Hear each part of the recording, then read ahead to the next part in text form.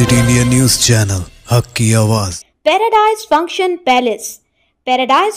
Palace महबूब।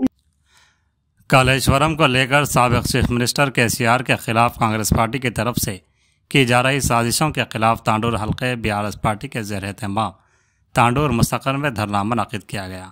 इस धरने में बीआरएस पार्टी के सीनियर कायदीन साईपुर नरसिम्हलू, श्रीनिवासाचारी, वेंकट रेड्डी, शोभारानी, शुकंतला, मंडल पार्टी के सुदूर नरसी रेड्डी, रविंदर रेड्डी, वीरेंद्र रेड्डी, रामलिंगा रेड्डी, रमेश, सलीम के अलावा बीआरएस पार्टी के कारकुनों की बड़ी तादाद ने शिरकत की।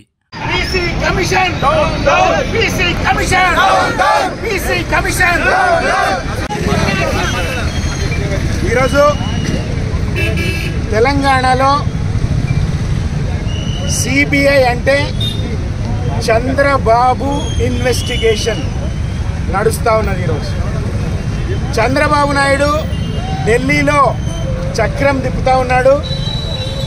ఆ చక్రానికి ఒక పుల్లలాగా తెలంగాణ రాష్ట్ర ముఖ్యమంత్రి ఉన్నాడు।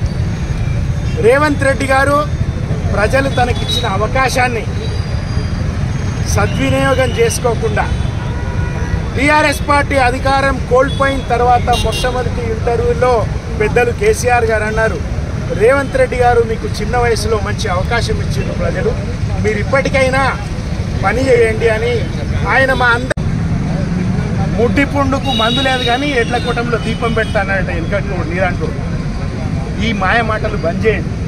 బీఆర్ఎస్ పార్టీ మిమ్మల్ని వదలదు।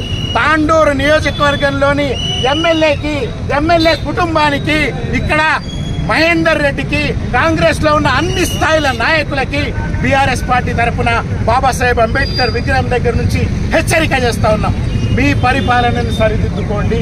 ఇంకా 3 ఏళ్ళు సమయం ఉన్నది మీకు, 3 ఏళ్ళు తక్కువ సమయం ఏం కాదు। 10 సంవత్సరాలలో కేసీఆర్ గారు తెలంగాణని నంబర్ 1 నిలబెట్టిండు। 10 ఏళ్ళు కూడా కాదు, నిజానికి 3 ఏళ్లే।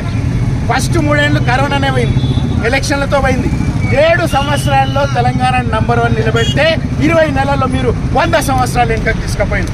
మీకు 3 ఏళ్ల సమయం ఉన్నది। ఇప్పుడు మీరు ఈ 3 ఏళ్ల సమయాన్ని సద్వినియోగం చేసుకొని 4 మంచి పనులు చేస్తే తాండూరు మున్సిపాలిటీలో కావచ్చు, తాండూరు నియోజకవర్గంలో కావచ్చు, కనీసం ప్రతిపక్షంగా మిగులుతుంది కాంగ్రెస్ పార్టీ।